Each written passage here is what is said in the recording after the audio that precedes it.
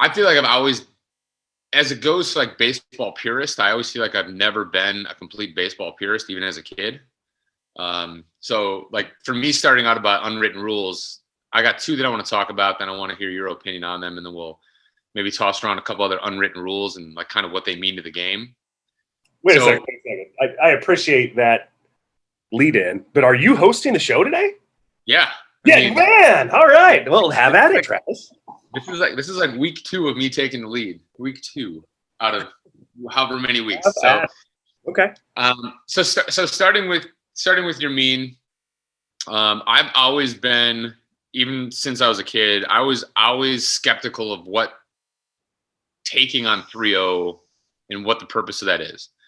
It's like as a hitter, if you are working your butt off to get an advantage in a count by not swinging at balls that you shouldn't be swinging at, by understanding what you want to hit, and a pitcher falls behind, in no way, shape, or form is that my problem. I have now earned the right to hit in probably the most advantageous count that there is in 3-0. And that doesn't mean I have to swing 3-0, even if it's a strike, but I should and have deserved in my mind the right to do that. I've deserved the right to do that. And on the flip side, the pitcher has done everything incorrectly to get to that point. So either he's tried to pitch around this hitter and get him to chase something, and the hitter didn't give in, or the pitcher's just not being able to throw strikes. Why are we allowing the pitcher to have an opportunity to have a free shot to get back into a count that he has not earned the right to do? So in my mind, twofold on this, your mean home run. One is the hitter in my mind has deserved the right to do that. Two, if a team is tapping out and putting in position players to pitch, there are no rules to that. If you're really that worried about going 3-0 and having guys take 3-0 hacks when you're down by 10 in a game like that off a position player, then don't put a position player in the pitch. The Major League rosters for pitchers right now, there are more pitchers on the Major League rosters on average than there have ever been. So it's raised from 9 to 10. I'm taking this from Pat Perry, by the way.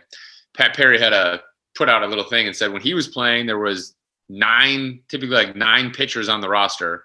And now most teams carry like 13. And now you're having to have more position players pitch now than have ever pitched ever. So at that point, if you're going to basically throw in the towel and say, we're not going to burn any arms, or we have no more arms to burn, you don't get the right to be like, oh, well, you guys can't swing, just make outs. So that's my your mean, but that's going to lead me into number 2. And then I want to hear your opinion. So my number 2 has always been, and again, like some of these people are going to completely disagree with me, and I'm okay with that. These are obviously strictly my opinions, is that I don't believe in mercy when it comes to score. And here's my thought. If we're up by 10, I am going to keep playing the game the way I've played the game the entire time to get up by 10, or the same way we'd play the game if we were down by 10. And again, my reasoning on this is this, and honestly, like a lot of this too is also a little bit more directed, not even necessarily at Major League Baseball, but even a little bit more even at like amateur baseball, is the fact that if my team is spending countless hours a week busting their butt to become better ball players, to fight and struggle to become great, and you've got other teams out there that maybe aren't spending that time and the amount of effort that we are to be who we are, it's not because somebody else isn't working as hard that they have to back down in the 1 or 2, maybe 3 games they get a week because they're winning 10-0. In my mind, at that point, I've earned the right for the amount of time that I've put in as an athlete on this team, and that my team is put together during its practice times, during its working double cuts, during all the stuff that kids don't love in practice, but we as coaches have our kids work through so they become better, so that we can make plays in the game, so we can have leads, so we can have wins, is that if we're winning, I'm not going to pull back. It's like we've now earned the right from the amount of work we've done to play this way, not to stop stealing bases, not to feel bad for the other team. Realistically, sometimes as an athlete, you have to get it handed to you to realize that you need to be better. Now, whether that's be better being more consistent, whether that's be better by spending more time on your own or within team practices to get better at the fundamentals and understanding how to play the game. But at some point, we can't always be like, we feel bad for people that aren't doing as well as we are. So what are you going to do? You're going to take people that make money and say, listen, man, at some point I got to stop making more money because I feel bad because I'm making more money than you and it's exponentially growing. So I should probably back off and let you catch up a little bit and, forget that I'm working hard. Like if I'm working, we kind of do that in society with taxes. Make more money, have to pay more taxes. Well, so anyway, so those are my 2 points. Those are the 2 points that I wanted to bring up, and I want to kind of hear your opinion on the swinging 3-0 and the ahead by some runs and do we back off? Okay, I'll start with the first one. So I too do not consider myself a baseball purist. I am in love with the history of the game, as are you. I think I recall memorizing all 792 backs of the 1985 Topps baseball cards that had the trivia question on the back. I think I knew every one of them. And side note, I joke with my daughter a lot, who's 3rd grade and like getting into more complex math, and we do math together a lot. And I was like, man, when I was your age, I was really, really good at numbers. And we talked about why. And I said, because I read the back of every baseball card I ever had, and I knew how to figure out batting average. And at a very young age, I was already doing multiplication and division because I wanted to figure out ERA and batting average. I think I'd be a hypocrite to say I was a baseball purist in the position that I'm in, because 10 years ago in baseball, I wouldn't have the opportunity to work in the capacity that we do in a major league organization, because I didn't play at the big league level. In fact, I didn't play a day of pro ball. So I'd be a hypocrite to say I'm a baseball purist and really be a part of the evolution of the game and where it is right now. With that, I think the game is always evolving. And I understand the unwritten rules. I certainly do, and played by them at a young age, because that's just the way that we grew up playing the game. But I think the shutting the offense down of not stealing, not bunting up 10 runs, or swinging 3-0 is a part of the unwritten rule of baseball of respect the game and respect your opponent. And there's always been a big stigma against showing your opponent up.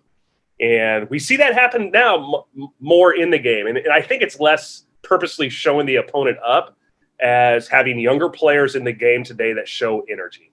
And I don't think there's anything wrong with that. Again, baseball is trying to bring people, and I know attendance records have been set, but we're at a point of the game where baseball recognizes that the entertainment value of the game is probably a little bit less than what it has been in the past because of the 3 true outcomes and, just a lot less balls put in play, length of the game. Like we need, and I think baseball, and hopefully Major League Baseball doesn't find me for saying anything like this, but I think NBA and NFL does a great job of marketing their players. And I think Major League Baseball does a very poor job of it. We have one of the most talented players in the history of the game in Mike Trout. And I think this is the first year I've ever seen Major League Baseball actually put him front and center in a commercial. And in fact, if you lived in the Midwest or in the East Coast, you probably know very little about Mike Trout because of the time change and your lack of viewing opportunities to get to see him.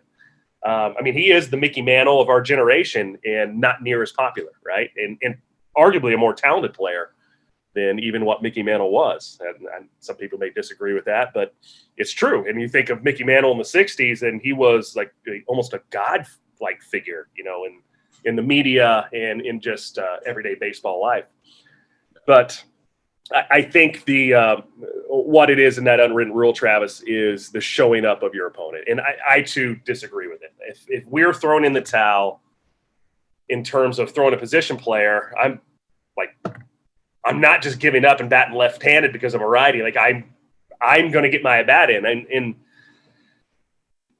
there's a lot of underwriting of that too. There's guys that are playing for their jobs. There's guys that are continuing to want to advance for a lot of different reasons or establish themselves as a potential future long-term contract guy. So I get it. Those numbers are important, but at the same time, we teach all of our athletes competitiveness. And at what point am I just going to say well, I'm just not going to compete anymore because I feel sorry for you? at the highest level, like, come on. Like, you're going to feel sorry for your opponent because they're behind? At the amateur level, I certainly agree with you. Like, when I've coached, usually at 10 runs, I'm shutting down the running game, but I'm not telling our hitters to shut it down. Like, we're still playing the amateur game. Shit, 10 runs, you can turn that around in a heartbeat. You've certainly seen it happen. But I think that's what it is, Travis. And I too, I think showmanship in the game is actually, to me, and again, people are going to disagree with my opinion too, and I'm okay with that as well. I think we need more showmanship in the game. Like, people aren't coming to keep score on a scorecard anymore. They're coming to be entertained. Like, you're cheering on your team, but it's a social environment for entertainment. And if we're not going to let our players entertain our fans, and truly that's what they are, right? Like, you can argue they're athletes, but people are paying money to see them for entertainment. They are also entertainers. Let them be them. And it's not false entertainment. It's not false joy. It's not false showmanship. Like, when somebody gets excited about the moment, fuck, who's to tell them not to be excited? Like, I think when you as a parent or us in a travel organization, you see the things that parents put on social media. What is it? It's their kid coming around to score, jumping to their arms of their teammates, jumping up and down, and experiencing the joy of the game. Now, why can we not do that as professional athletes? Yeah, to that, it's funny because, like, if you think about generationally how it kind of works like that, like, even like growing up in the Midwest and basically living my whole life in the Midwest, like, who growing up didn't love watching Ken Griffey Jr.? The guy went down as, like, every play he's smiling. Like, how much backlash did he get at first for wearing his hat backwards? And people are like, oh, yeah, I forgot about that. You're right. Like, this guy's ruining the game, and why would he be disrespectful to the game? And people loved him because he smiled and he played with joy. And, it might be a slightly different way of joy that he did than we might see from some guys now. But honestly, personally, like, last night, getting out of the cage a little bit early last night, and then getting to watch a little bit of baseball game, ended up getting to watch some of the Nationals game and getting to watch Juan Soto play. Dude, like, I will pay money when Washington comes to town. I will pay money to go watch a game to watch Juan Soto play.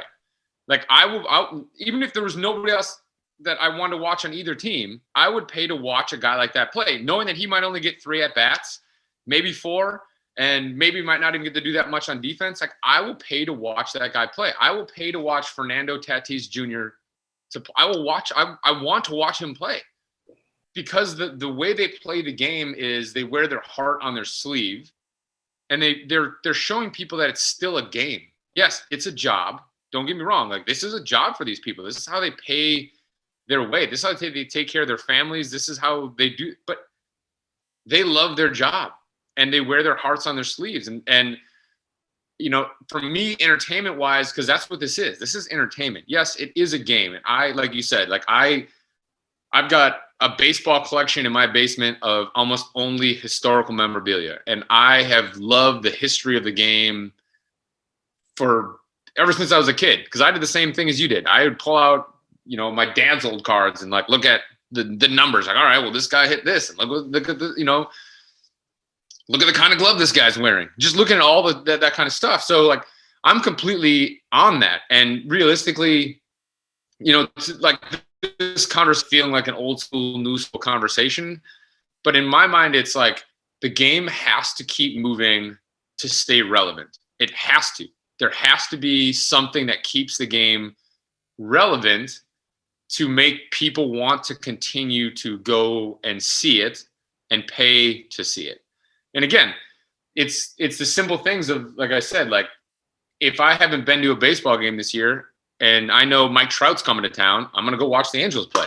We've done it. Even last year, even 2 years ago when the Angels were terrible. You'd be like, man, I want to go see Mike Trout play. Like, I've never seen Mike Trout in person. It's like, let's go down on the field and, like, film batting practice. Trout's coming in town. We can get some video of Trout and Pujols and Ohtani.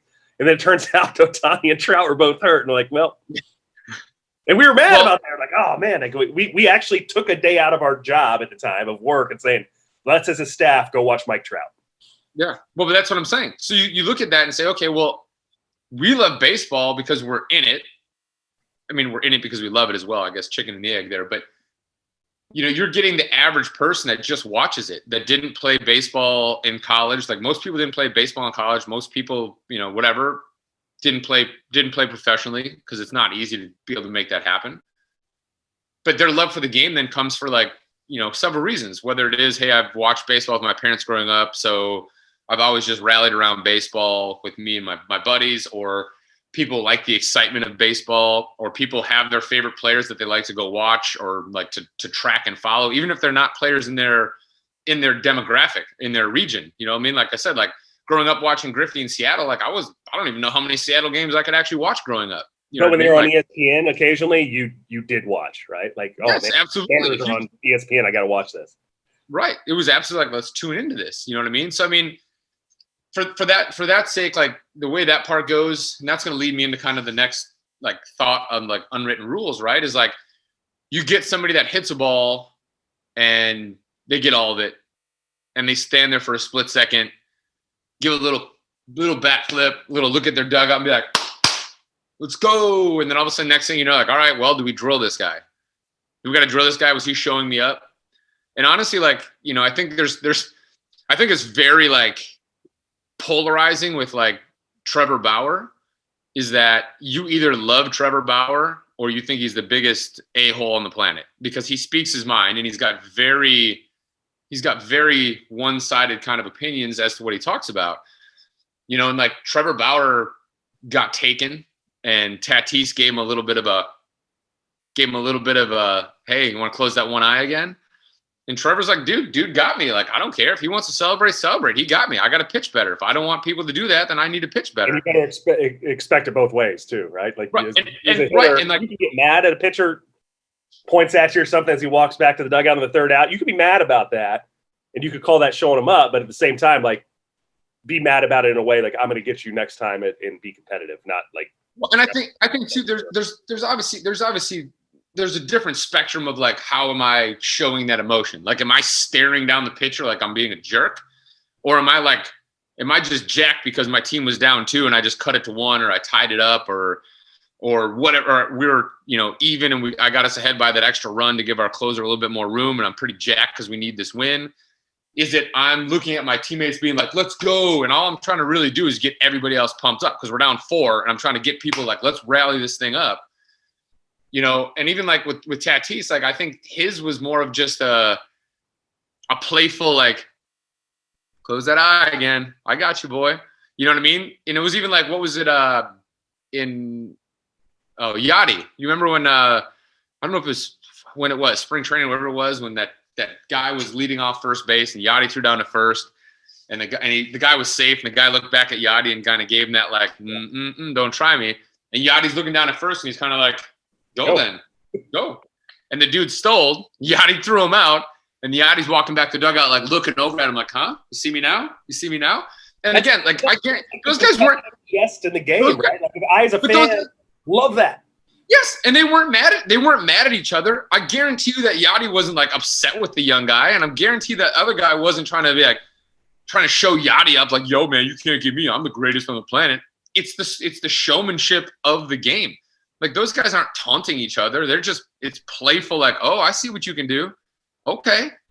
Just like, sometimes guys will throw a pitch and a hitter will be like, ooh, and they'll kind of step back and like, oh, well, that one got me quick, Like, that's not being me like anything other than, okay, all right, let's see what you got. Like, bring it. You know what I mean? So I think it goes to that, like, talking about, like, then when are we allowed in the unwritten rules to, like, throw at people on purpose? And I get it. Like, this is where I guarantee you that of where there's going to be pushback of anything we talk about today, it's going to be this topic when it comes to throwing at batters. Because the people that grew up more in that generation of throwing at hitters, like anytime a hitter disrespected them by taking a 3-0 hack, you take a 3-0 hack, I'm going to drill you. If you stand there for a split second on your home run, I'm going to drill you. Like, it became like anything you did, you steal a base when you're up 8 in the 8th inning, somebody's going down. And when I say that, I'm going to preface that with I threw at one person ever in my life intentionally. So I am part of the crowd that did it. Now, here's the thing. I, out of my own volition, would not have ever done it. So the game that I was in mine was we were down like 9, 8 runs, whatever it was, and it was like the 8th inning. And now we're in pro ball. I'm in an independent ball at this point, so it's not like it's college or amateur. It's pro ball, and I'm down in the bullpen because at that point I'm the 8th inning guy, I think, but I'm also probably the hardest thrower on the team. And I'm down in the bullpen, and all of a sudden, like that guy steals third base. He's on second, steals third base in that situation, and I'm down in the bullpen, and my manager steps out of the dugout, and he goes through the beard and goes like this. So this was my sign. So whenever he did this, I knew it was my turn to warm up. This means start getting loose. And I was like, the heck am I going in this game for right now? This isn't my role. And really, honestly, at that moment, it didn't even cross my mind, like, why would this dude steal third base? Or he shouldn't have stolen third base. Like, it's not crossing my mind because that's not the way that, like I said, that I see baseball being. Like, if that dude wants to steal third, man. Be better or take the base. I don't care. Like, that is. If you steal that base on me, I'm not going to be upset. And if you score and my ERA goes up, that's on me, bro. That ain't on anybody else. You shouldn't have been on base. I should have done better. But I'm in the bullpen, and the guy's like, you know what you need to do, right? And I'm like, and then I started thinking, I'm like, oh, this is why I'm going in the game. And so, I get in the game, and it's like, all right, well, here we go. And at this point I was playing for Gary Templeton, and obviously he's an old school, what would be like an old school kind of player. So I'm like, all right, well, I got to drill this guy. And I'm sitting here on the mound, and my whole time I'm like, I don't even know how to throw at somebody. Like, do I look at him or do I look at the strike zone? Is it weird if I just stare at him and then throw at him? Like, this is literally what's going on in my head. Like, I don't know what to do right now. And I had been told like, a year before, 2 years before, just in passing conversation with people, that if you're ever going to throw at somebody, throw low, because you typically miss high when you throw at somebody. So they're like, throw for like the thigh, because you're going to tend to probably let go of it a little bit early, and then you'll probably catch them somewhere around like the butt, in the bigger part of the body.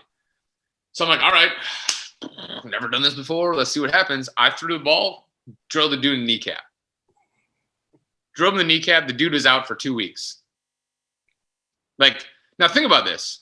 Like, we're an independent ball. The guy that I hit wasn't even the guy that stole base. He just happened to be the next guy that was coming up as I got into the game. And he got hit. I hit him, not trying to hurt him, but I had to throw at him.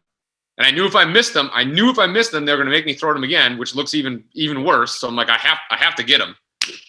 And honestly, like, in that situation, like, I can't tell you how bad I felt.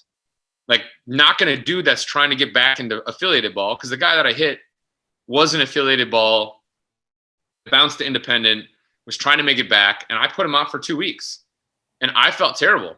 And the worst part is we went on like another road trip after we played them. We were like, we were on an extended road trip because we came back like 10 days later. And this is the craziest part of any story. We came back 10 days later, and every time we'd come back from road trip, there'd be like 2-3 guys in the clubhouse. And it was guys that we traded for, guys that we signed. So basically you're coming off the road.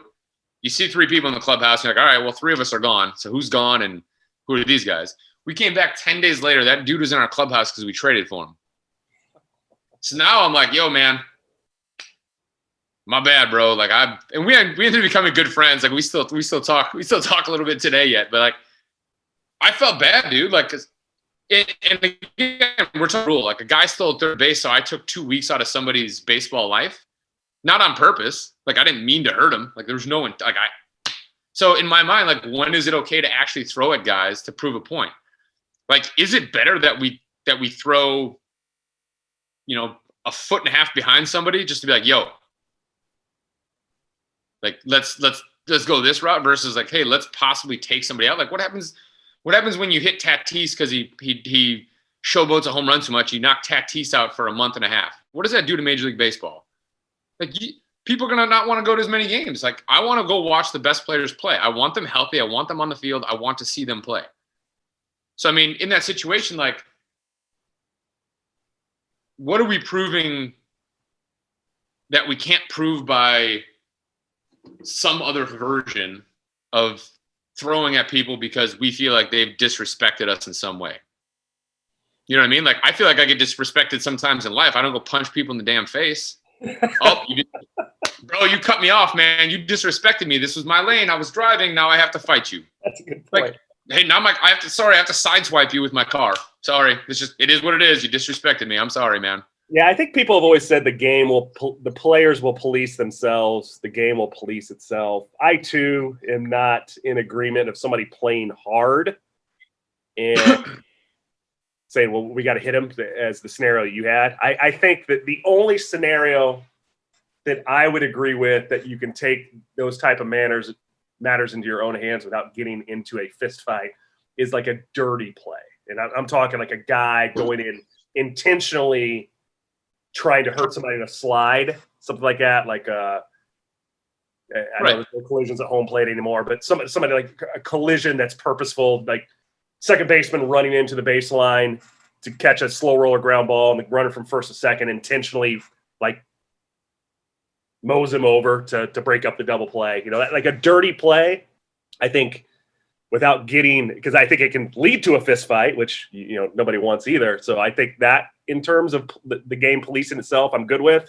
But I am in agreement. Like if somebody beats me, meaning I throw a bad pitch, he hits a homer, who do I have to blame but myself, really? So I'm gonna throw at you because I was bad, you know. And so I'm in agreement there. I think it's the unwritten rule that I probably dislike the most is a competitive game where the opposing pitcher has a no-hitter. And I think of myself as a running threat when I played. And I recall a guy throwing a no-hitter against us in like, I don't know, the 6th inning or something like that. And I know if I get on first base, I can be on third in 4 or 5 pitches, right? I got the potential to do that. So it's a 1-0 game, and I lay down a bunt down the third baseline, and I broke up the no-hitter. And the opposing coach, and this is in college ball, the opposing coach is going freaking crazy over there. And I know, like, they're talking about me or whatever, and I steal second in like the third pitch. So now I'm in scoring position. I'm doing something that's a part of my skill set in the game, and I broke up this guy's no-hitter on a bunt, and the opposing coach was a former big league player, and he's just MFing me, bush leaguing it. And I know the next time I'm coming up, like there's a strong likelihood I'm going to get thrown at, which I always said this too, is like, in my mind, I'm staring down the coach in the other dugout, like, go ahead and throw at me, MFer, because if you throw at me, I'm going to steal second base again. I am going to get on and I'm going to run. So that part of it, the unwritten, like if you're down 5-0, I get it. Like, don't break up a no-hitter with a bunt. That's kind of bush league. But in that scenario, I always wondered, like, man, I'm trying to compete and win this game. It's 1-0. You got a no-hitter. Good for you, but I'm trying to get in scoring position so somebody can hit me in. So that rule is kind of bugged. That unwritten rule is kind of bugged me. Yeah, I mean, as it goes for that one too, you got to, like, in my mind, if I'm a player that consistently has bunting for a hit in my repertoire, not somebody that barely ever does it, but somebody that's like, man, like I'm probably trying to bunt for a hit once out of every 3-4 games. Like I'm going to lay one down if the defense is in the right spot. I'm going to go get it. In that situation, if we're down 5, if I'm that player, if we're down 6 and it's a no-hitter, if bunting is part of my repertoire, like I'm down a bunt. Like I'm not going to roll over and say, okay, well, this guy's done such a good job today, I'm going to swing away just to give him the better chance of having no hitter. Like, what are you talking? That's crazy. Come on, this is a game that doesn't stop until the final out, period. It's not over. You could be down 20 and come back. Is the likelihood of that happening realistic? Probably not. But the game isn't over until the last out is recorded. Just like in anything else, until the final whistle goes off in basketball or until the whistle goes in football, like I'm going to play until the game dictates that this thing is over. So if the other team in football is going to kneel it, fine. I'm not going to smash the lineman because the quarterback kneeled it. I understand what's happening here. They don't have to run a play. In baseball, the game doesn't end until the last out, period. You can't run out the clock. There's no clock to run out. It ends on outs. It doesn't end on time unless it's, youth baseball and there's a time limit. But the point being is, like, in my mind, in that situation, if I was that pitcher, I would be upset that I didn't get a no-hitter because I want a no-hitter, but I wouldn't be upset with the player for getting on base with a bunt. I wouldn't be. And people are like, oh, if you were really in that situation, you would. I wouldn't. Like, realistically, like, I remember one year, what was it, my second year? My third year of pro ball? My third year of pro ball, I started out the season, I threw like 19.2, my first 19.2 innings of the season, I threw no-hit ball. I started out the season with 19.2 innings of not giving up a hit. And the first hit I gave up was just a little bounce, dude beat it out. Which I'm like, oh, that's bullshit. You broke up my 19.2 innings to start the season with that little like swinging bunt. Like, no, you have to earn this. I'm like, bro, you got to hit, man. It sucks my streak came to an end, but it is what it is. Like, what's the difference whether it came to an end that way or if it came to an end with a home run? Like, the unwritten rule of like not bunting to me, like you said, is probably another just really irritating one to me. Just because, like, why am I rolling over? I'm taught to compete. Like, this isn't me disrespecting that pitcher. I'm not disrespecting you. I'm showing you respect. You're pitching your damn ass off. I'm going to find any way to do what I need to do. That's how good you are. Is that I'm going to drop a bunt down because right now that's probably the only way I feel like I can get on base. That's like intentionally walking Barry Bonds. What is that, disrespectful? Hey, I disrespected Barry Bonds because I intentionally walked him. I'm going to be Barry Bonds, like, yeah, that's right. Walk me with the bases loaded. Sick. Give us one so I don't get four. That's how good I am. Appreciate it. I'm not going to go Barry Bonds then the next time I play and start pointing over the fence like Babe Ruth and be like, oh, now I'm going to get you. Like, you intentionally walk me, now I'm going to get you. You know what I mean? Like, to me, it's like that kind of thing is like, I get it. And again, like, I'm not, for the people that are on the opposite side of the matter as me, like, I'm not against what you think. Like, if you are like, we need to, police it by throwing at people to get them to understand. If you're a don't bunt on no-hitter guy, if you're a don't, stop scoring runs at a certain point, if you're a don't whatever, like, that's okay. Like, yeah, it's I okay. that opinion too. I disagree with it. I think the majority of people, just the majority of society, dislike change. You and I are considered progressive because we embrace change, and we're going to have to change. Like, we are in our 40s now. Like, we are not. We used to be 10 years ago. We were like the young guys that, these progressive guys that have these crazy ideas and they do all this new stuff. We're not that anymore, man. There's a generation behind us that is going to be more creative than what we were and are, right? We're going to have to continue to evolve in our career. I think the majority of society dislikes change, and the people that are baseball purists love the game style they fell in love with or played. And rightfully so.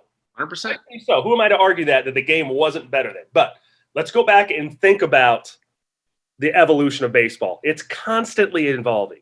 Like, were people pissed off in 1968 when Bob Gibson had a .98 ERA and Denny McClain won fucking 30 games? And what did they do? Like, pitchers are too good now. We're going to lower the mound. Yeah. Right? They lowered the friggin' mound to make offense easier. There was a time in baseball where the hitter could tell the pitcher where they wanted the ball in order to hit. And if it wasn't in that spot, it was considered a ball. Right? The game is always evolving. There's so many like rules that we forgot about. So when you get into these rule changes right now, these experimental rule changes, it's because the game has to evolve. It has to. In evolution it's a part of life, man. Like, it's with the advances in technology in every facet of our daily lives, laws, rules, common way of how we live is changing. You don't notice it because you're living it day to day. And I think the baseball purist sees back in time to what they love, and they take notice of the evolution and take it to heart where it offends them. And to each his own, right? But it's not going to stop. Like, you can dislike it, you can bitch about it, but it ain't going to stop. But in my mind, here's a big reason why that evolution needs to happen. And again, it goes back to people now don't have to understand what boredom is. So when we were growing up, even now, like, it's crazy. Like, you want to honestly, like, look at something, go to a baseball game and watch this. Because, like, it goes both ways with younger people and older people at this point. When we would go to a baseball game, right, we went because it was entertaining. And what else were we going to do at that time? We couldn't, there was no, like, you didn't have anything else that would entertain you that way. And I'm going to say this with this in mind, right? If you go to a baseball game right now and you watch how much the average person at a game sits on their phone, adults and kids, both, that you'll see adults after every other pitch checking their Facebook and their Instagram and checking other scores and all this other stuff. We couldn't do that. So what we did is we sat and watched the game because that's what was the entertainment for us now. Almost everybody's entertainment right now is their phone. If you took away and said, listen, the only thing you could use your phone for 1 week was simply for emails or for some sort of work purpose because it had to be done to keep your business afloat, but you weren't allowed to go on any social media sites. You weren't able to go on the internet and look at ESPN.com or whatever other sites you're going to visit. If you couldn't do that, you would struggle on a daily basis and you would have to find another way to keep yourself entertained. What would you do? You'd probably go to a baseball game because you can sit there without your phone and have something to watch. But it is changing. And even the adults, because adults are the worst at this because they blame kids all the time. I challenge every adult out there right now to go on their phone and look what their actual screen time is and where that screen time is being spent on their phone. Because it's being spent way more at everybody. Like even like 70-year-olds, man, those dudes are on their phone all the time. You go to a game, people aren't just sitting and appreciating the game. So the thing is this, man, is like it takes more to entertain us now. So the game has to change because it's not the same. You can do this now. You can say the same thing for other sports. Football's the same thing. Like people are going to be on their phone. The difference is in football, your team is only playing 8 home games. So at that point, you're going to go and try to enjoy the game because they're only going to be around 8 times. And those tickets aren't going to be cheap because there's only 8 home games. So you might only go to 1 game a year if you don't have season tickets. In baseball, you're like, hey, we got 81 home games. So if I don't make this week, I can go next week. And if we ditch after the 7th inning of this game, so what? We're going to be back on Tuesday because, tickets are $30 versus $250. You know what I mean? So like at the end of the day, like the game has to change because people don't know what it is to be bored and have to find something to entertain them that way. Like even now as we're sitting here, think about this. As silly as it is, every once in a while you'll see me look up. I have my TV on right now. It's on SportsCenter. It's on mute. But every once in a while I'll look up and like see what kind of sports plays have happened. And I can listen and I dial back in here. But our brains need stimulation. Yeah. And our phones and our tablets and everything else like that is our stimulation. So yes, now the game, which we're trying to shorten the time frame, we used to wish the games would go 4 hours. You'd go to a game like, oh, I don't want to go. Like, can we play a doubleheader? Doubleheader? This is great. Now it's like, oh, we're going to do doubleheaders. We're going to do 7 innings each because otherwise people are really going to lose their mind if we're trying to get people in here for 2 9-inning games. That's just a long time to be here. We're bored. We need to get back to our phones and stuff. So the game has to change from that standpoint. So some of the unwritten rules and the way we think about the game also have to change because the game is changing. Like I want to watch Ozzie Smith run out and do a damn backflip. Why was Ozzie Smith not being drilled before every game? Why did they not just drill him every first at bat for going out there and doing a backflip and showing off? Why did they not drill Sammy Sosa every time he ran around with a flag running around the outfield out to his position? Because Sammy Sosa was having fun, man. He's trying to get people jazzed up. Ozzie Smith was trying to make the game fun. Ozzie Smith wasn't trying to be a jerk and show the other shortstop up because he couldn't do backflips. Right? Yeah. Right. I'm in complete agreement with you there. And I don't know if the majority of the population is in agreement with us, but that's why we voice our opinion, and hopefully other people respect the opinion. As again, I respect that the old school mindset of the game was better still in the year because of this. Like, cool, man. I love that you loved the game more in an era that you found it more stimulating for whatever reason. But I'm with you. The game is going to continue to evolve. At some point, the game's going to get rid of us. It's going to evolve in a way that if we don't adapt, like we're going to be out of baseball jobs, right? Dude, listen, as you like, the older we get now, like you have to start thinking about this stuff in terms of long term. Like at this point, and I'm just saying about this week, Justin. At this point, I am committed to this for my life. Like, what am I going to do? Am I going to stop teaching baseball at 44 and go try to get a normal job? Like, bro, this is all I've done. So at this point, that's what I think about all the time. I'm like, man, like how do I need to keep evolving in this game? Because this is now how I'm going to make my livelihood most likely for the rest of my life until I retire. So you sit and think about that and be like, listen, man, I can't get pushed away. Like I have to stay ahead of something. I need to be in this to the point where I am less disposable, because everybody is disposable. Like there's other people out there that can do what I can do, and there's other people out there that can do better than what I can do. Like that's just the reality of the world. Like, you know, you're not ever at the top of the food chain. It's really hard to be that dude at the top. Like you're fighting to stay as close as you can because that keeps you in it longer. It's like the more that you can work at it, the more knowledge you can accrue and the more things you can do, you keep yourself closer to being able to not be out of it. But it's the same thing. Like if something comes along and I can't evolve, like I'm not gonna be like, oh, that's an unwritten rule. So now I have to slash your tires because you took my job. It's an unwritten rule. You don't take other people's jobs. If you're better than me and you worked your butt off, that's my fault. That's nobody else's fault. Like I'm aware of my position in the game, and I don't know where that position is going to be later because I don't know how the game's going to evolve. I'm going to keep trying to hopefully be not only evolving, but helping to evolve it, to help move it kind of to the next point in little increments. You know what I mean? And be part of that wave that kind of has that ability to do that, because that keeps you in the game. That keeps me being able to take care of my family. That goes back to your mean. Now, here's the thing, going back to circle before we're done here, going back to your mean, that dude was in independent baseball last year. Independent baseball he was in last year. You think that guy's not trying to get a big contract? What do you think that extra home run and that extra RBI does for him at the end of the year if his numbers are justifying? That dude's trying to get paid. He's never got paid. That dude was losing money playing baseball last year. That dude's trying to get paid, man. Like this might be his last shot to get paid. It's not like he's 21 years old and he's got all this time to figure it out. Like, go get your money, kid. You've been fighting your whole life for this. Go get it. Anyways. Agreed. Be that guy. This is not a don't be that guy moment. Be that guy. Go get your money. Yeah, we haven't done a don't be that guy moment in a while. That's right. Go get your money. We'll bring that back next week. Well, I'll be coming to you from Myrtle Beach next week. Myrtle Beach. Yeah. It will be hot. It'll be 105. Yeah, it's good. It's beautiful in South Bend right now. I know. I'm literally right down the road from you. Oh, yeah. I'll see you on Saturday. All right, boys. All right. Yep. I'm getting kicked out of this hotel because of the Notre Dame graduation or something like that. So I got to go check into another hotel now. Touche.